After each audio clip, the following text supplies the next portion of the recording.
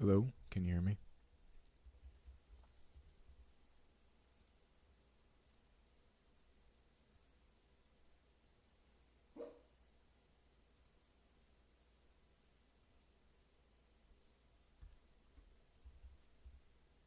Hello, can you hear me? Okay, I think our audio should be good then.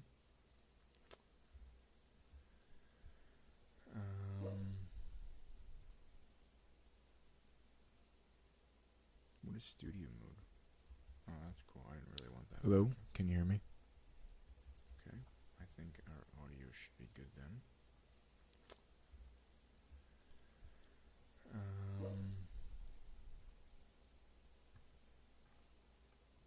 What is studio mode?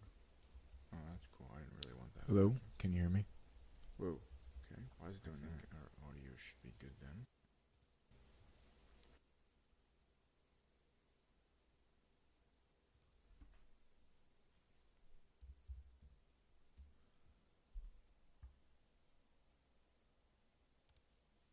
No, dude. Harvey, stop please. My dog wants to play. Or something of that nature. Stream.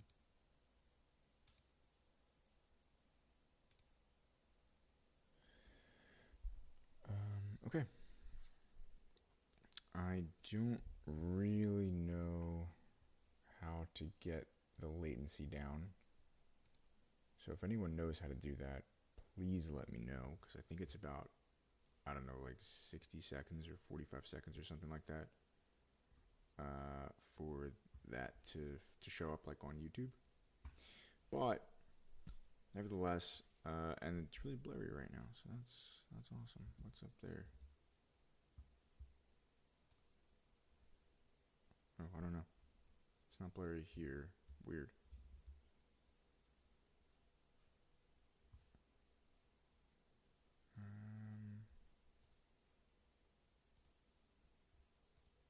That's weird. I don't know. Oh, I don't know. It's not blurry here. Weird. Okay. So what I would like to kind of explore here is Firebase's app hosting service or feature that they just came out with. And this was announced at, I guess, Google I/O, I think is where they do these things. That was a few weeks ago. Maybe it was a month ago. I don't remember exactly. I think it's in just a preview. So probably wouldn't trust it with an application in production. The other thing that I don't really know is how your bill, how costs will be affected. And the reason I say that is because a lot of times with these like just deploy and we'll take care of the rest services, you end up with like not necessarily hidden costs. Like they always, I think, tell you what something will cost.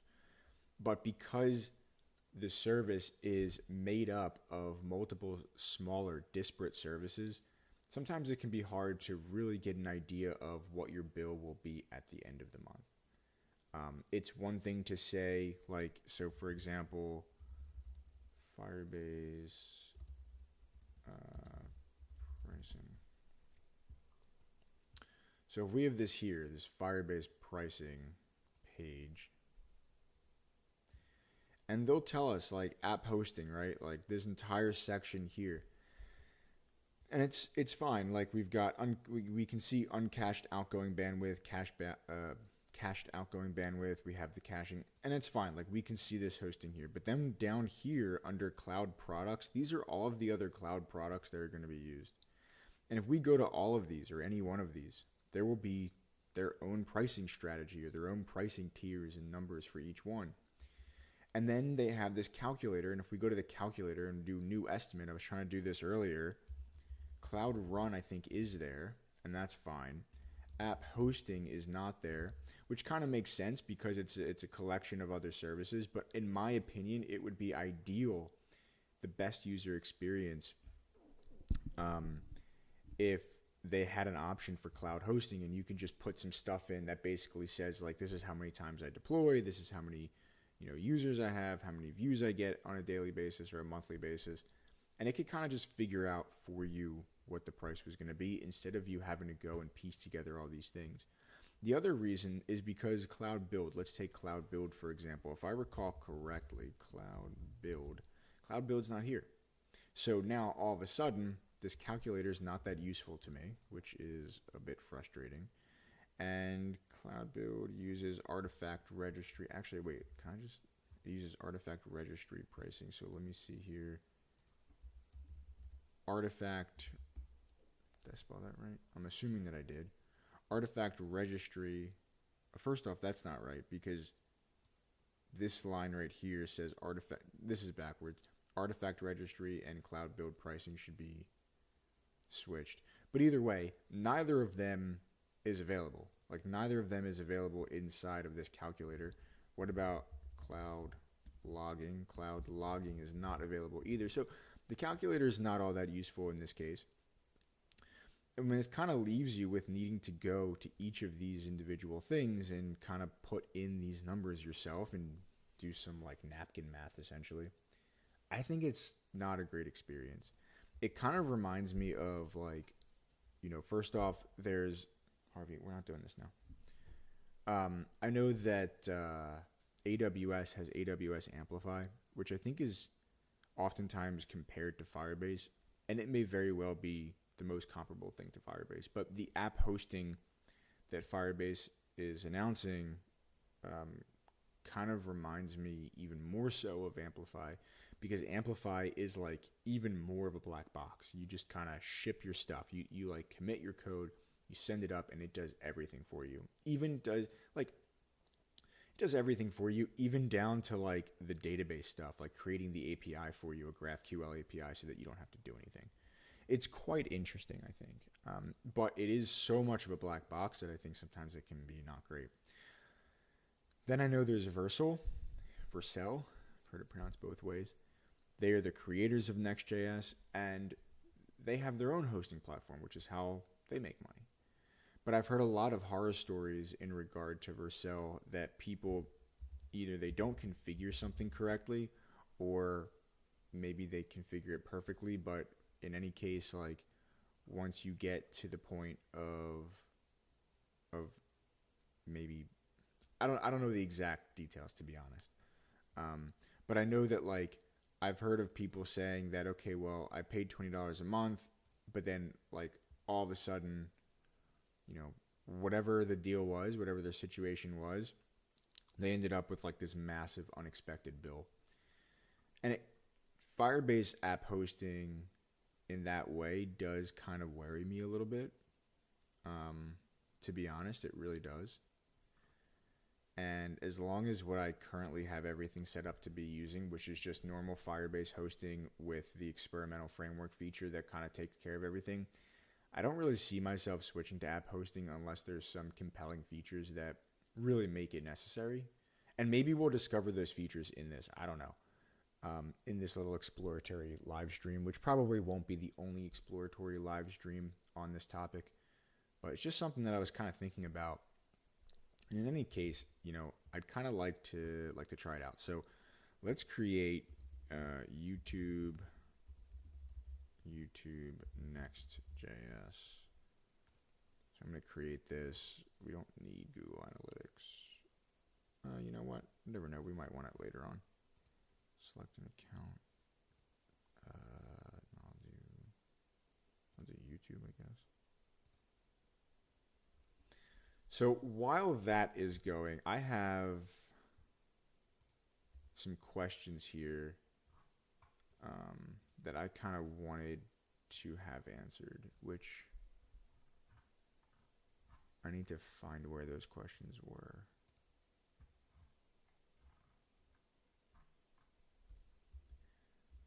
Maybe I put them here.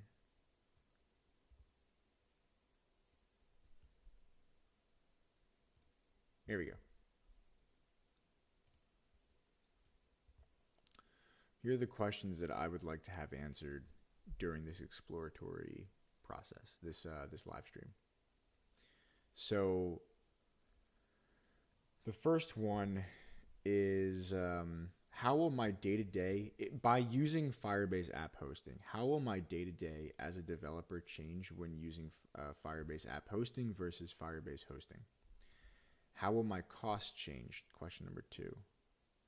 How will the performance of my app change? And ultimately, if the performance of my app changes, if at all, I don't know. But how will the end user experience change? I think ultimately there's like developer experience and then there's end user experience. And those are the two, I guess, experiences that I think really matter as far as building an application. And I'm very curious how they're going to change, if at all. I don't know. So let's go ahead and give it a go. Terms, I'll have to agree to that. Apparently, oh. This is just for this single project. Okay, hold on. Let me take this off right now and upgrade this really quick.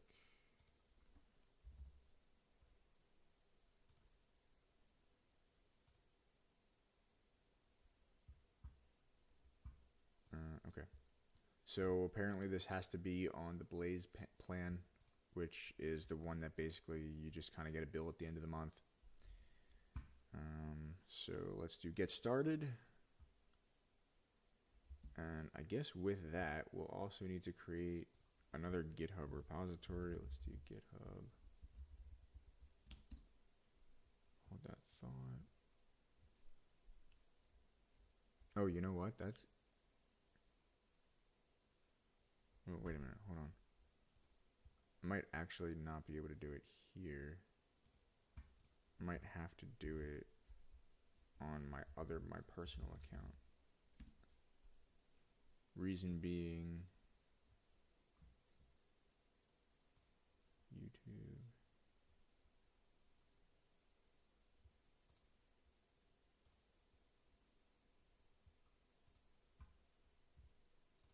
Reason being that I needed to connect to GitHub, and the GitHub is actually on my personal Google Chrome. So let's do that. All right, so this is now going to be the YouTube project. Let's create a new repository, call it YouTube if there isn't already one there.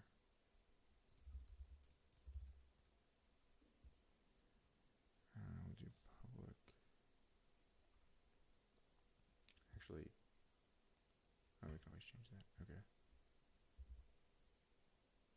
Let's go here. Let's do...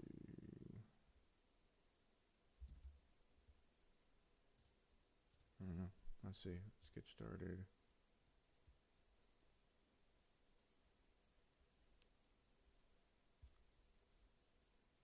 I don't know if I actually have this connected. I want to say that I don't.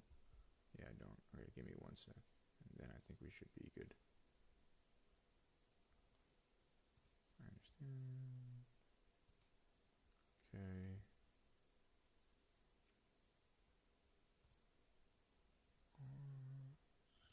Select repositories.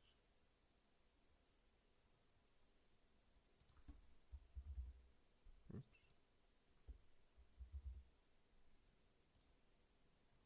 YouTube install. GitHub mobile. Okay.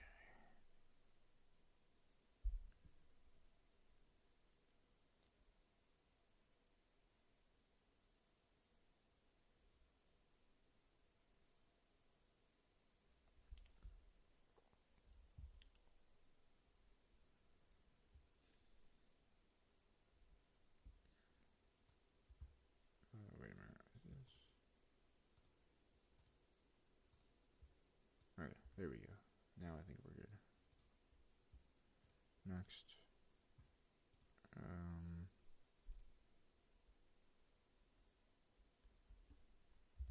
Main branch name must refer to a valid existing branch. Okay, so then in that case, let's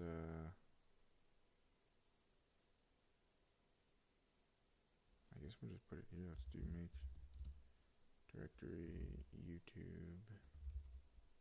Oh, you know what? Why don't we just do it here? Get init.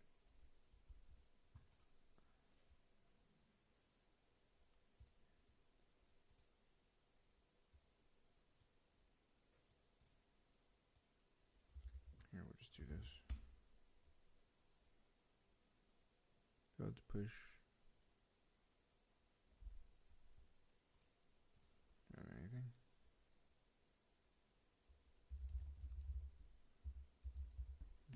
JSON.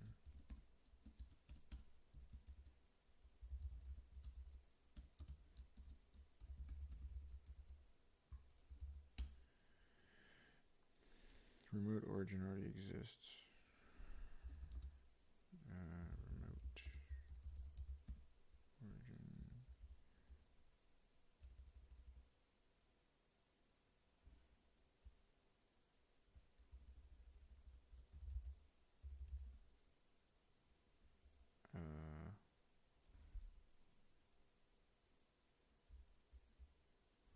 Okay.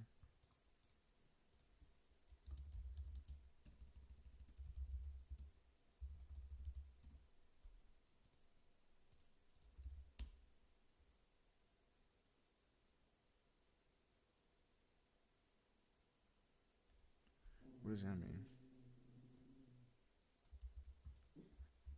I don't actually know what that means.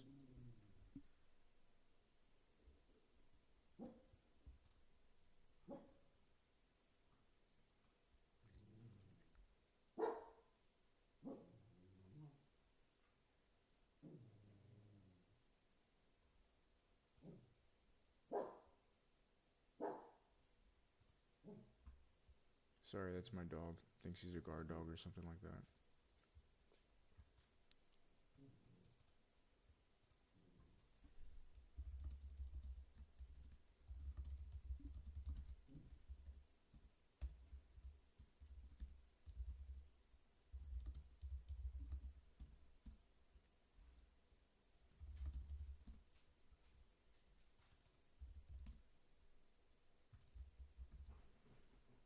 Oh, okay. I don't know what the issue was before, but it worked. So we now have that, and then here, yeah, here.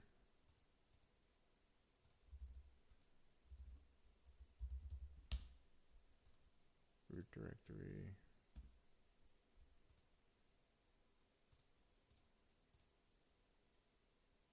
Branch name must refer to a valid existing branch in your selected repository. Okay, but like it does. I'm looking at it. It very much so refers to a working one. How about master? I know that's not right, but alright. What if I just like redo this? Will it reload? Alright. YouTube. Oh, okay. There you go. It just doesn't reload. Name your backend. I don't know. Like YouTube backend. Like what are what when it comes to the backend, like how does that get kind of created there for? Like what does that name actually get used for beyond just a name semantically for me? Is recommended to connect an existing Firebase web app to your hosting backend to integrate data from other Firebase products. You can also choose to create a new one. I'm going to create, I don't have one. Harvey, please stop. I'm going to create a new one. Let automatically create a new Firebase web app for you. I'm going to let it create a new one because I don't have one, and I'm kind of curious to see what happens. So let's see what we got.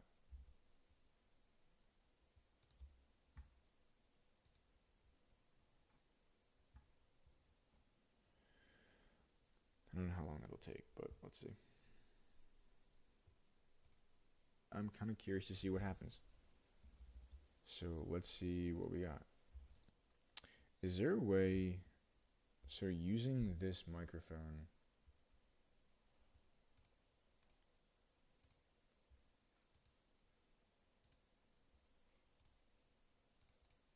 can I?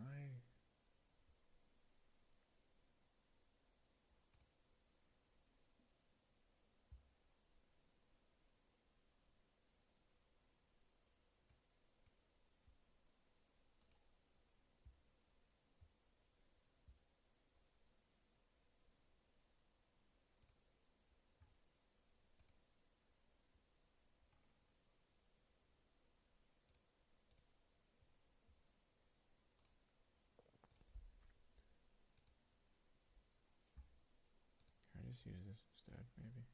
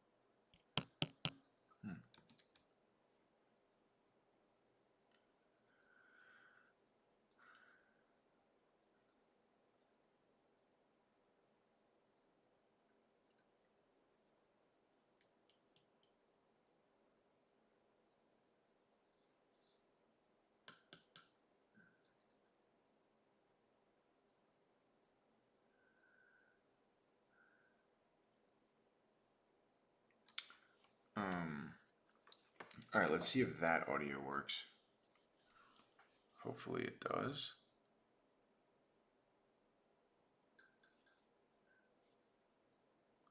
Guys, it's gonna be 90 degrees today. It's quite hot.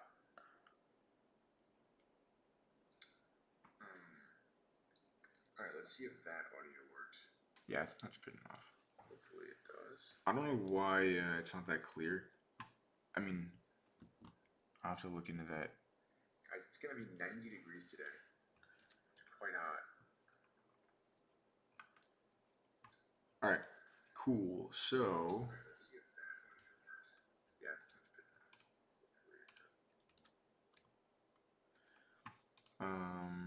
Let's take a look here then. So, yeah, I don't know. Try to create another backend in this project. Oh, to create another backend. Okay. View dashboard. Let's see what that gives me. It failed. That's completely fine. Create rollout. I think now we should be looking at the docs. Build app hosting. My guess is that we're going to want to create like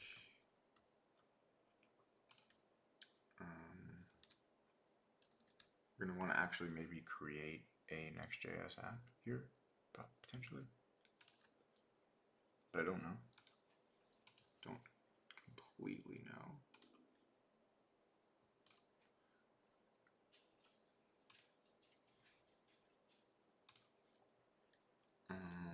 Let's see. Don't need page info. Get rid of that. Okay.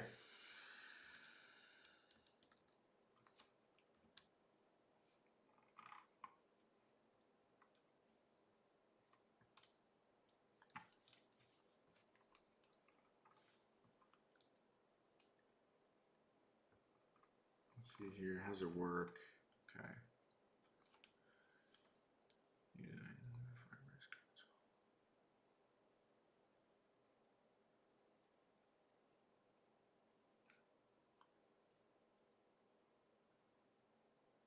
I wonder, did this install stuff? Like, what's now here? Oh, nothing's here. Okay. Nothing is here now. Still in the Firebase console. So you only create a Firebase app, have a repository and live branch. For continuous deployment, app hosting creates a default rollout policy for your backend to roll out to 100% traffic immediately when changes branch. When a commit is pushed to your live branch, Google Cloud Developer Connect sends an event to Firebase App Hosting. In response to this event, Firebase App Hosting starts a new rollout. Firebase App Hosting creates a job here. Commit in this job. build packs determine which framework use an application to create a new configuration message application.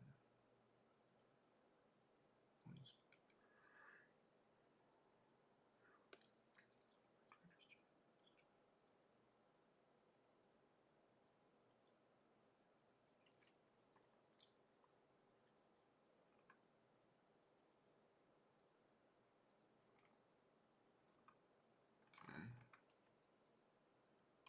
Next steps. Get started deploying apps. Discover how to understand. Oh, understanding how app hosting works.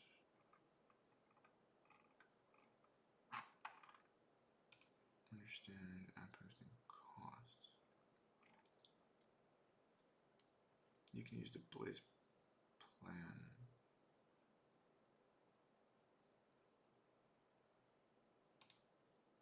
Okay, that's going to take us here, which is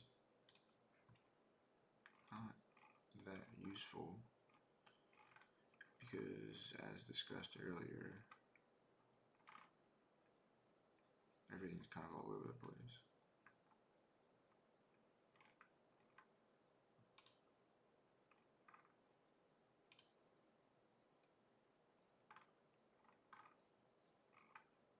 Product comparison. This I found quite interesting. Limited in what sense? Deploy live. It's like, I don't know if I'd call that limited really. You just kind of have to configure it yourself in my experience. Oh, so they're really, I think they're kind of moving people over to Google Cloud more and more. Experimental. Public preview, yes. Request timeout 5 minutes. So like, cache timeout. Okay, so you'll have more up-to-date stuff, but also like, yeah, more up-to-date stuff. Might be higher cost though.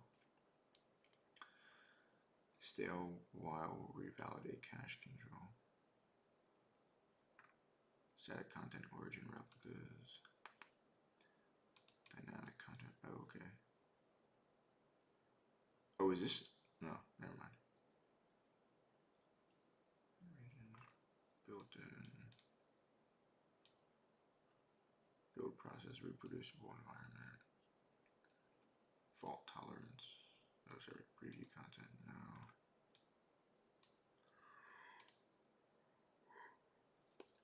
It looks like maybe it's only like in a single region right now. Emulator. I think the emulator is kind of a big deal. Alright, let's see. Let's get started. Let's deploy a basic app. So we've already created a project. We've set up what we wanted. Create a GitHub repository. We did that. Create an app hosting. We already did that too.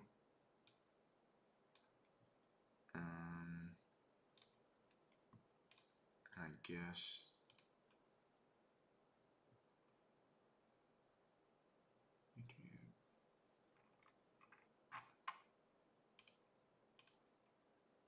project settings. I don't think that we need this here.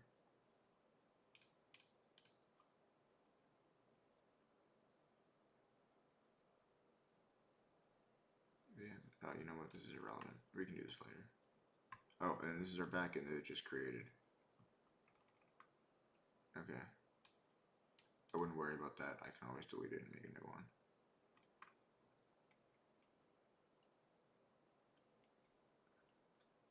Probably will, to be honest. In any case, like, I could have just used this too.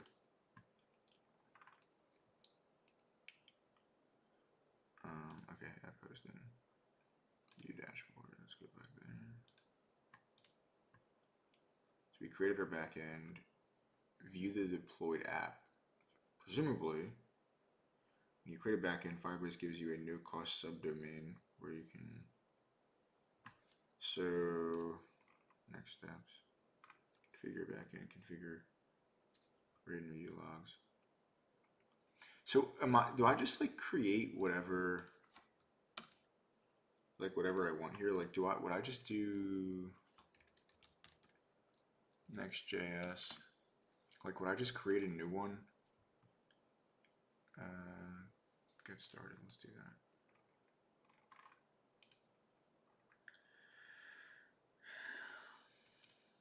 would I just go and like do this basically? Create a new app and then just push it up, and then in theory it's just gonna like deploy itself. And like that's it? Is that all that this is really? And behind the scenes it's just like their own stuff instead of me. Let's call this YouTube. Yes. Yep, me, sure. Yeah. Okay, cool.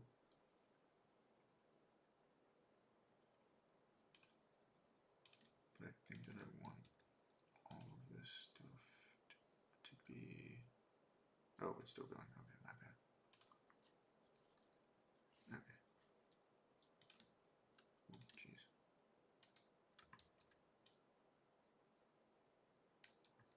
Let's be all here instead of there. Now, if we just... Whoops. Probably that one.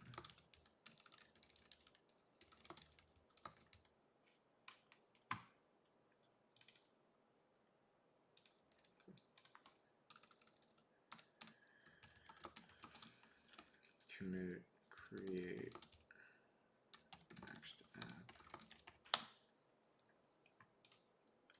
And then if we just send that up, will this automatically pick that up? Oh, it does. Okay, that's cool. Change, and then what happens if I... Oh, okay, that's cool. Manage domains. Oh, that's domain. Okay. There's no like we can't like look at a status type of deal. Did they create actions for us? Actions. They did not create actions for us. So what was I just looking at that had actions in it? Pending. What? Build key.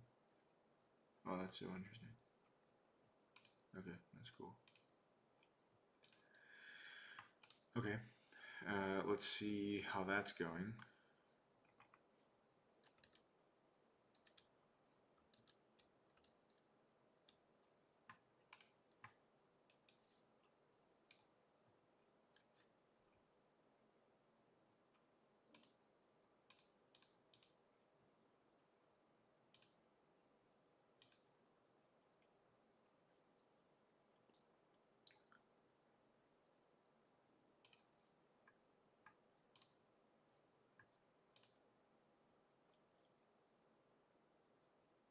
Build, did that actually take me? Oh, okay. So we can actually watch this live as it's happening, it looks like. That's nice.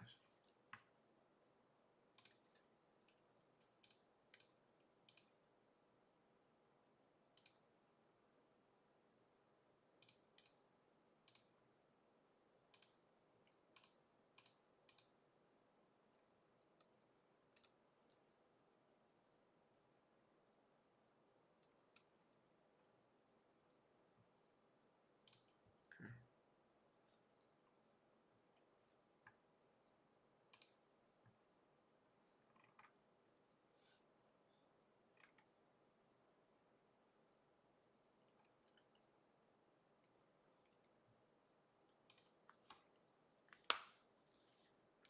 So having never done this before, I'm not entirely sure how long it'll actually take.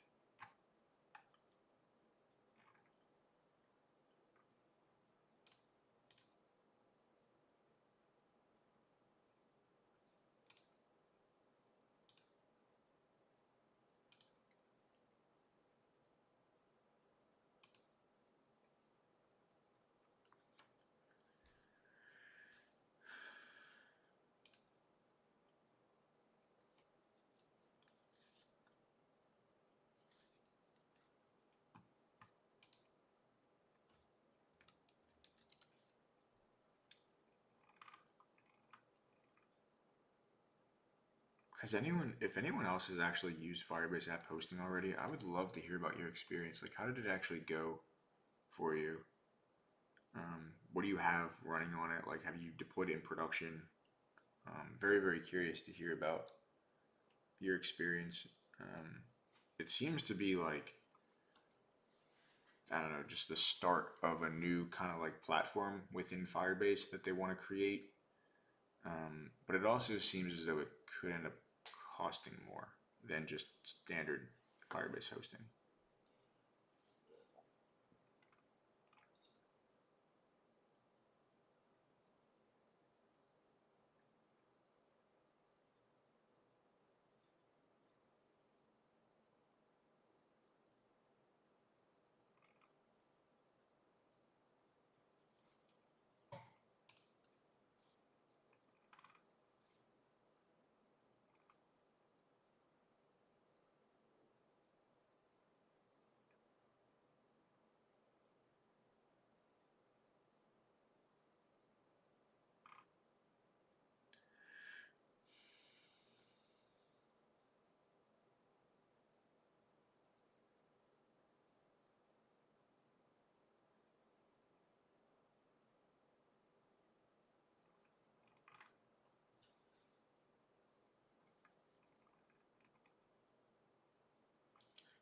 We're still going here. Oh, it's successful. Okay. So I guess, does it just not update there? You actually have to go. Oh, it's not. Okay, it still thinks that it's going, even though I guess this is not here. All right. Maybe it just takes a little bit for Firebase, the console here, to actually kind of see what's going on. Let's try it out. If we go here, does this actually work? Looks like it will. That's pretty good. I mean, straightforward, I guess, right? So what's really different about that versus how I kind of have things set up? So the way that I have stuff set up in my own projects is essentially what I have.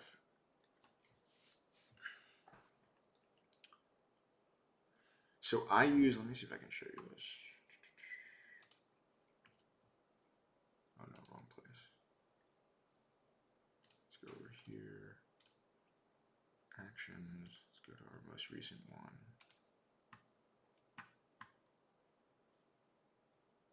Let's bring this over. So this is for my own app that I'm working on, little startup that I have going on. This is my pipeline, right? And what I have is essentially I'm using GitHub Actions, and basically what happens is it runs through the workflow that I want it to run through and the jobs that I have set up, which is essentially pulling stuff down, configuring stuff specific to Firebase, setting everything up, installing the dependencies, and then running my unit tests, running my end-to-end tests, installing and building the website, and then deploying it up to Firebase. And then that's pretty much it. And so I guess what will be maybe interesting is to see how you would do that in Firebase App Hosting, because ultimately, like you're gonna want that to be there, like the testing stuff specifically, especially, maybe is a better way to put it. I'm also kind of curious. It does not use Firebase functions, so app hosting is very much like its own thing. So that's pretty interesting. I guess you can like configure a custom domain. We're not going to do that right now. Add custom. This is kind of like the same thing that you would do in the app hosting, but settings. What are the settings? Oh, just domains, I guess. It seems to be pretty straightforward and pretty easy to use. I'm really, really curious, like how this kind of works out when it comes to maybe larger amounts of traffic, the pricing. Ultimately, like that was a pretty painless thing to do. I mean, we just had a normal, normal Next.js project. We just deployed it up and it automatically caught it. That's essentially how AWS Amplify works. I've never used Versal, but my understanding is that it's pretty much the same. So with that, the biggest thing that I'm going to be wondering about, two biggest things I'm going to be wondering about: how does it work when it comes to pricing? How does this change your pricing? And two, how does this change, how would you integrate tests? how would you run your tests? Because presumably you would want your tests to all pass before it's actually able to deploy. Let's see if they have anything there on that front. Like, or maybe I guess they just assume that by the time it gets to that branch, it's going to be done. But, you know, yeah, like maybe it should be running on pull requests. And so by the time it gets into your main branch or your master branch, whichever one you're using, maybe the assumption is that all of your tests have already passed. I know that companies like to run their tests, like their test suite, on their main branch as well, not just on pull request, not just on feature branches or staging branches. If you use that, I don't, but some people do. Let's see, deploy the backend. Oh, configure app hosting. Oh, okay. Oh, this is reminiscent of App Engine, having a YAML file that you use. Very reminiscent of App Engine, or yeah, App Engine. And so you could have your minimum instances, your maximum instances, your concurrency, CPUs. Yes, you're really configuring kind of everything there. That's pretty sweet. You can put your API keys in here. That's pretty nice. So I wonder, in the case of like API keys, do they automatically variable API key? Same as above with the pinned version. Oh, it's secret. So I guess secret then automatically is going to configure to use cloud secrets or whatever their service is called. Variable secret, variable value. Oh, I see. Harvey, please stop. I see. So you have, they might actually call this out later on somewhere.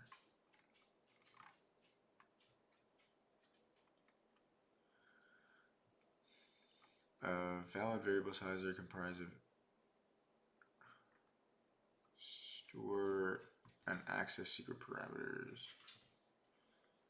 So parameters of type secret represent string parameters which have value in Cloud Secrets Manager. Okay, cool. That makes sense. That's what I figured. Connecting a custom domain.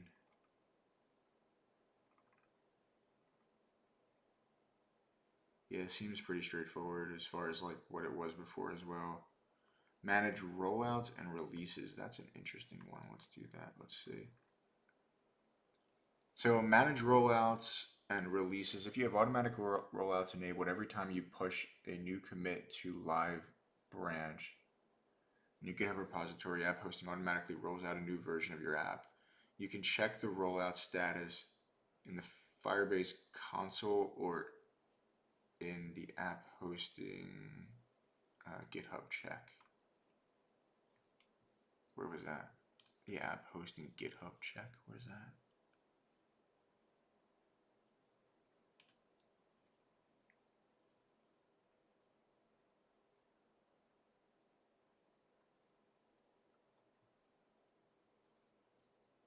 Is that what we were looking at before?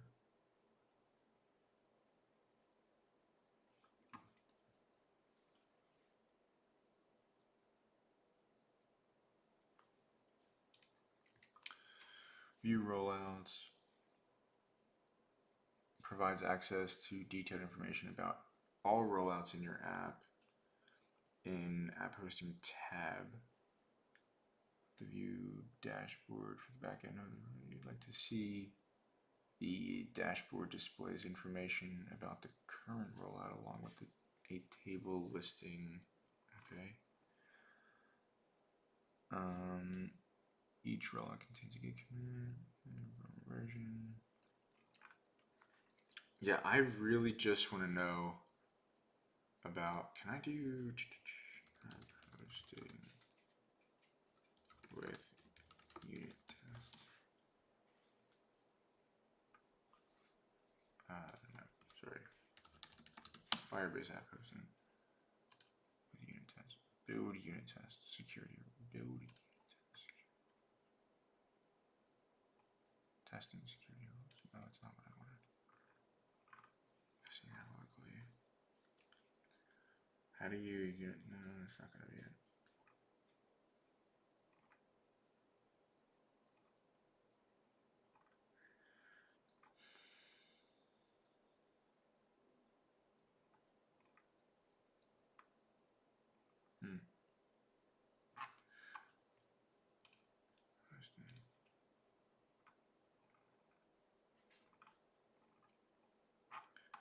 given that they don't actually say anything, maybe there's like, maybe I'm just too dumb. Like maybe there's like an obvious way to do this.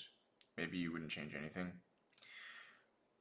The reason that I'm unsure is because to me, you would still possibly want some sort of a test suite to run when something is merged into the main branch.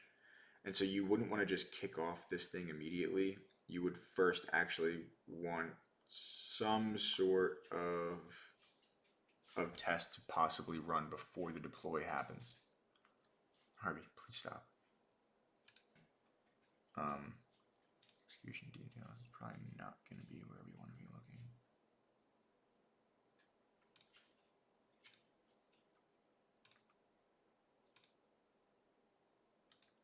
Yeah. Triggers. Trigger. Settings. Disable. I don't know. That's an interesting one. All right. Well, I think we kind of answered a number of questions. The only really question that we can't answer right now is what would happen to the cost? So it seems like the performance is pretty good from what we just saw. Granted, you know, maybe it actually spins it up to be working when you first deploy it and then it gets taken down if there's no minimum instances. That's totally possible. Settings, no, that's still where we were. Current. Can we go to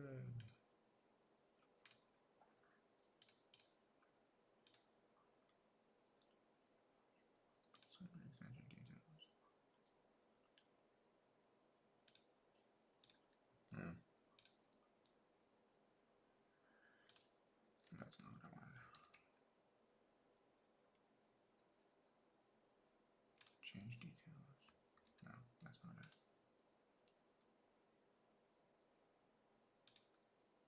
What happens if I do create rollout? Oh, you can pick a branch. That's cool. Earlier commit. That's also cool. Yeah. All right. Yeah. So I think that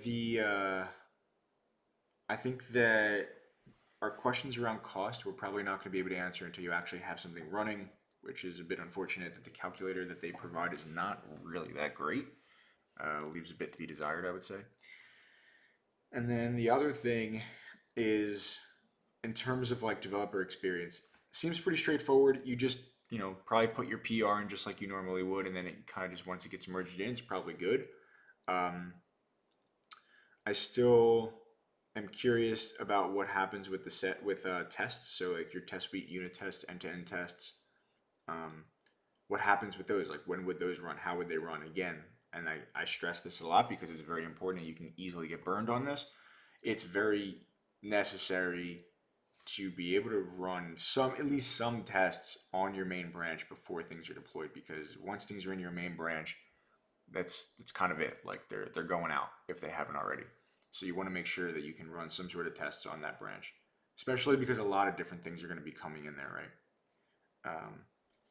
And then what did we say? We said cost, we said the tests, and then the end user experience, right? Does it get any better? Do things slow down? Do things speed up? I mean, already as it is, my own thing, my own project, my own app is hosted just using Firebase Hosting, using their experimental frameworks feature, web frameworks feature.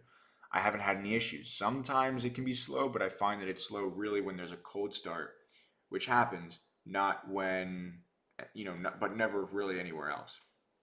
So my question is, does this help with cold starts at all? There was a video actually as well somewhere. Let me see. Here. There's a video here that I was watching on Firebase App Hosting. Yeah, so I'll keep playing around with this. I'll watch the rest of this video, and we'll see what they say, if they kind of bring anything else to light on there. But anyway, thanks for watching. Check out my other videos. Going to be doing a lot more stuff on NextJS and Firebase, specifically those two things. And I'll see